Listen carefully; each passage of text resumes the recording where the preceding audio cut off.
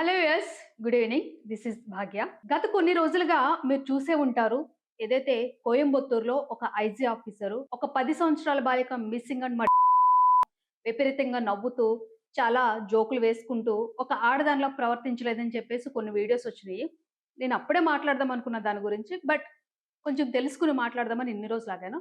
ఒకసారి ఏదైతే press meet ఉందో ఆ ప్రెస్ మీట్‌లో ఆవిడ ఎలా ఉంది? అక్కడ ఉన్న పరిస్థితులేంటో చూద్దాం ఒకసారి. ఓకే. సో ఇదే వీడియో అండి.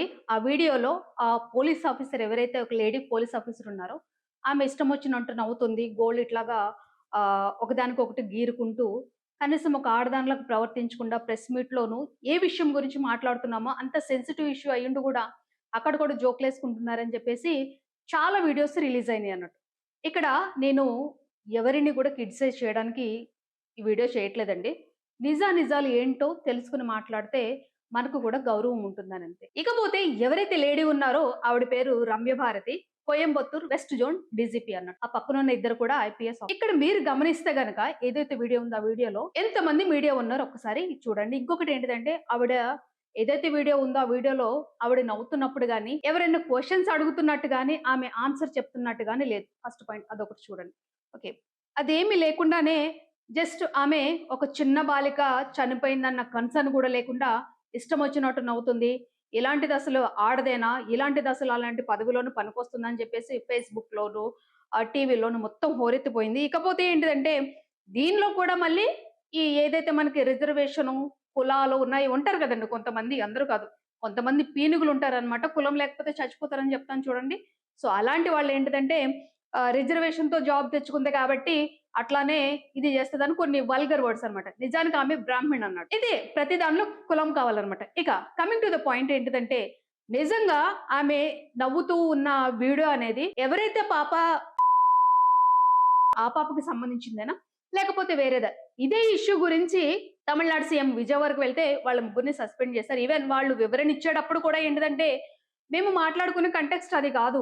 అసలు కంటెంట్ అనేది అది కాదు. అది వేరే దానికి సంబంధించింది మేము నవ్వినామని చెప్పేసి వాళ్ళు ఎక్స్‌ప్లనేషన్ ఇచ్చినా సరే వాళ్ళనందరిని సస్పెండ్ చేయడం జరిగింది. నిజంగా ఆ ప్రెస్ మీట్ అనేది పాపకి సంబంధించిన ప్రెస్ మీటే కదా! ఇన్ కేస్ కాకపోతే మరి ఆ పాప గురించి మాట్లాడిన వీడియో ఏది? అదే వీడియో ప్లే చేస్తాను. నేను ఇందాక మాట్లాడాను చూడండి. అక్కడ ఎంతమంది ప్రెస్ వాళ్ళున్నారని చెప్పేసి మాట్లాడాను కదండీ! గుర్తుపెట్టుకున్నారు కదండీ! చాలా మందున్నారు గదా! అక్కడ.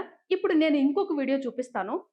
ఏది అబద్ధమో, ఏది నిజమో తెలుసుకొని మాట్లాడదాం. ఎందుకంటే మనం ఒక ఆన్సరబుల్ పొజిషన్‌లో ఉన్నప్పుడు మనం చెప్పేది తప్పా? కాదా? నిజమా? అబద్ధమా? అనేది ఒకసారి తెలుసుకుంటే బావుంటుందేమో. ఎందుకంటే ఆమె మీద ఎన్ని రకాల పోస్ట్‌లు, ఎన్ని రకాల వల్గర్‌గా మాటలు మాట్లాడారో. సరే ముందైతే ఇప్పుడు ఒక వీడియో చూద్దామండి. వీడియోలో ఆమె ఏం మాట్లాడింది చూసిన తర్వాత let's we talk about. 2026 at about 8:30 PM. మనకి ఈ వీడియోలో కనిపిస్తుంది కూడా భారతి గారే. ఈ వీడియోలో ఆవిడ ఏం మాట్లాడింది? ప్లస్ అక్కడ ఎంతమంది ప్రెస్ వాళ్ళున్నారో అదొక్కసారి గమనించండి. ఆమె ఏం మాట్లాడింది? ఆమె మాట్లాడే విధానంలో ఏదైనా వెకిలితనం, జోక్స్ ఉందా? ఆమె మాట్లాడే ఇష్యూ ఏంటి? ప్రధానంగా దేని మీద మాట్లాడింది? ఎవరైతే రిపోర్టర్స్ ఉన్నారో వాళ్ళని అడిగిన క్వెషన్స్‌కి ఆమె సమాధానం చెప్పిందా లేదా? ఒకసారి. 5/20/26 at about 8:30 PM, information was received through Police Emergency Helpline 100 that a 10-year-old girl who had been playing outside her house at Arunagirinatha Street, Bharatipuram, Pallapalayam, within the limits of Sulu Police Station, Coimbatore district, had gone missing at about 5 PM in the evening.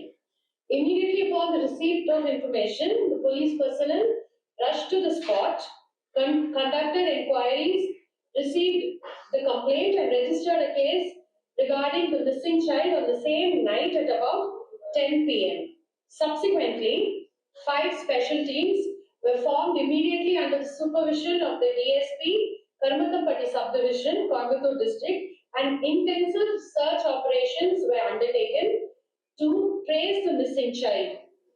During the course of investigation, analysis of the CCTV cameras, footages in the nearby vicinity, and the technical evidence confirmed that one Karthi, aged about 33 years, son of Kasinathan, a native of Nagapatnam district, now settled in Coimbatore, and also a neighbor who was an acquaintance of the victim's family, had taken the missing child along with him. Based on this investigation, the accused Karthi, who was hiding in the first floor of Maria Rose Garden apartments at Kanampalayam, was surrounded by the special police team. In an attempt to escape from the police, he jumped from upstairs, resulting in fractures on his right hand and right leg. He was arrested, and during the course of interrogation, the accused Karthi confessed that he had lured the child, sexually assaulted her, and subsequently murdered her in a coconut grove near Kanampalayam, Kollam. Further investigation also revealed the involvement of one another accused, namely Mohan, aged 30 years, son of Ramasamy of Bharatipuram, Pallapalayam, which is also the neighborhood of the victim's house. He had allegedly assisted the main accused, Karthi. So he was arrested and remanded to judicial custody. The accused Karthi has been admitted to the Coimbatore Government Medical College Hospital for further treatment. As the case pertains to assault of a minor child, the case is being altered to include the provisions of POCSO Act, and stringent action is being undertaken. The police preparedness in responding to the first call and prompt action in such cases resulted in timely detection of the case and arrest of the two accused persons within 24 hours. Efforts are underway for getting the required monetary relief to the family as soon as possible. All the sections have been read. So the regarding sections I'll give it to you in detail. I could still read it out. So చూశారు కదండి ఆమె ఏం మాట్లాడారో. అక్కడ ఉన్నది కూడా కేవలం 3 channels మాత్రమే. ఇంతకు ముందు మనం చూసిన వీడియో ఏదైతే ఆ వీడియోలో ఈవిడ నవ్వుకుంటూ జోక్స్ వేసుకుంటూ గోర్లు గిల్లుకుంటున్నదో దానిలో ఎంతమంది మీడియా పర్సన్స్ ఉన్నారు, ఇక్కడ ఎంతమంది మీడియా పర్సన్స్ ఉన్నారు. అందుకే అంటానండి నిజాలు తెలుసుకుని మాట్లాడాలి. ఈ వీడియోలో ఎక్కడైనా సరే ఆమె వెకిలిగా మాట్లాడడం కానీ, లేకపోతే ఆ పాప ఏదైతే పాప దారుణానికి గురైందో ఆ పాప గురించి తక్కువ చేసి మాట్లాడడం కానీ, లేకపోతే రిపోర్ట్స్ అడిగిన క్వశ్చన్స్ కి వెటకారంగా సమాధానం చెప్పడం కానీ ఎక్కడా చేయలేదండి. అంటే మీరు ఫర్దర్ వీడియోలో చూసుకుంటే రిపోర్టర్స్ ఎవరైతే ఉన్నారో వాళ్ళు అడిగిన ప్రతి క్వశ్చన్స్ కి ఆవిడ చాలా ఓపికగా ఆన్సర్ ఇచ్చింది అన్నట్టు. సో ఈ 2 వీడియోస్ లో చూసుకుంటే ఆమె ముందు ఏదైతే వీడియోలో నవ్వుతూ జోకులు వేసుకుంటుంటున్నారో అది 100% ఆ పాప ఏదైతే పాప 10 years ఓల్డ్ గర్ల్ మిస్ అయ్యి చేయబడిందో దానికి సంబంధించింది అయితే కాదండి.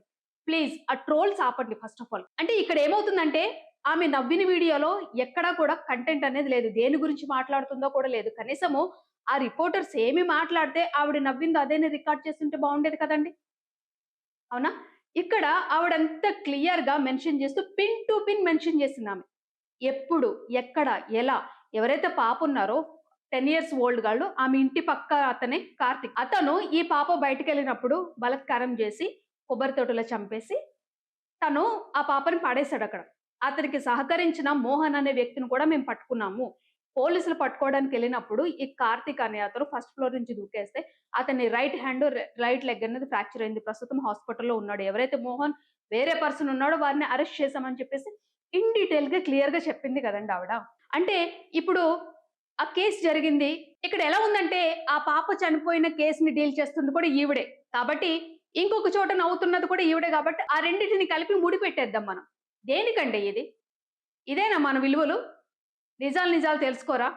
సరే, ఇప్పుడు ఇంత ఆమెని మానసిక క్షోభకు గురి చేసాం కదండి అందరం కలిసి. ఇప్పుడు ఆవిడ ఏదన్నా చేసుకుంటే హూ ఇస్ రెస్పాన్సిబిలిటీ? ఎవడైతే ఆ వీడియో రిలీజ్ చేశాడో, దానికి తలా తోక లేకుండా రిలీజ్ చేశాడో వీడియో, వాడు రెస్పాన్సిబిలిటీ తీసుకుంటాడా? ఆ ఫ్యామిలీ రెస్పాన్సిబిలిటీ తీసుకుంటారు. ఆవిడ ఎంత క్లియర్ గా మెన్షన్ చేసిందండి. ఎవరైతే పాప చనిపోయిందో ఆ ఫ్యామిలీకి కావాల్సిన ఓదార్పును కూడా మేము ఇస్తున్నాము. దానికి సంబంధించిన ఆ కేసుకు సంబంధించిన ప్రతి విషయాన్ని కూడా డీటెయిల్ గా మేము ఇన్వెస్టిగేట్ చేస్తున్నామని చెప్పేసి కదండి చెప్పింది. కనీసము అక్కడున్న మైక్స్ అన్న చూస్తే అక్కడ ఉన్నది ముగ్గురే కదండి. ముందు వీడియోలో ఆవిడ నవ్వుతున్న వీడియోలో అంతమంది ఉన్నారు. కనీసం ఈ రెండింటికి కూడా కంపేర్ చేసుకోరా మీరు? మనకి నోటికి ఏదొస్తే అది వాగేద్దాం. కింద మనకి కావాల్సిన టైటిల్స్ పెట్టేసుకోవచ్చు.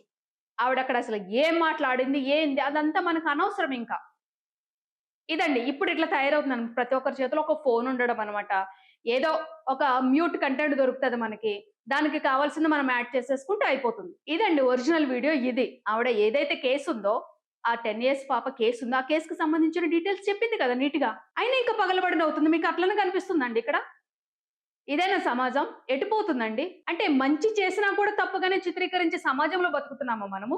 ఇక ముందు చెప్పాను గదండీ! దీనిలో కూడా రిలీజియన్, క్యాస్ట్, రిలీజియన్ మతం, మతం, మతం. చచ్చిపోండి మతం అనేవాళ్ళందరూ. మతం అనేవాళ్ళందరూ కూడా కట్టకట్టుకొని చచ్చిపోయి ఎంచక్కా పైన దేవుళ్ళుంటారు కదా! ఆయన దగ్గరికెళ్లి ఎవరైనా గానివ్వండి క్రిస్టియన్స్, హిందూ, ముస్లిమ్స్ ఎవరైనా గానివ్వండి ఆయన దగ్గరికెళ్లి చూడండి మీకోసం మేము ఇంత కింద కష్టపడి పైకొచ్చినామంటే అక్కడ మీకేదన్నా వరాలిచ్చి ఇంకేదన్నా ఇస్తారేమో తీసుకోండి మీరు. ఒకతను మెసేజ్ పెట్టాడనమాట. ఫేస్‌బుక్ కామెంట్‌లోను. రిజర్వేషన్‌లో దొబ్బుకొనొస్తే ఇట్లనే ఉంటుంది. ఇదా మాటలు. ఆమె బ్రాహ్మిణామె. బ్రాహ్మణునికి రిజర్వేషన్ ఉంటుందా? ఏం మాట్లాడతారండి? ఇది ఈ సొసైటీలో మనం బతుకుతున్నాం అన్నట్టు. కనీసము నిజమా? కాదా? అని ఆలోచించుకునే గ్యాప్ కూడా ఇవ్వద్దనమాట. చక్క వీడియోలు చేసుకుంటా పెట్టేసుకోవచ్చు. ఇదండి. ప్రెజెంట్ ఉన్న సిట్యుయేషన్ ఇది.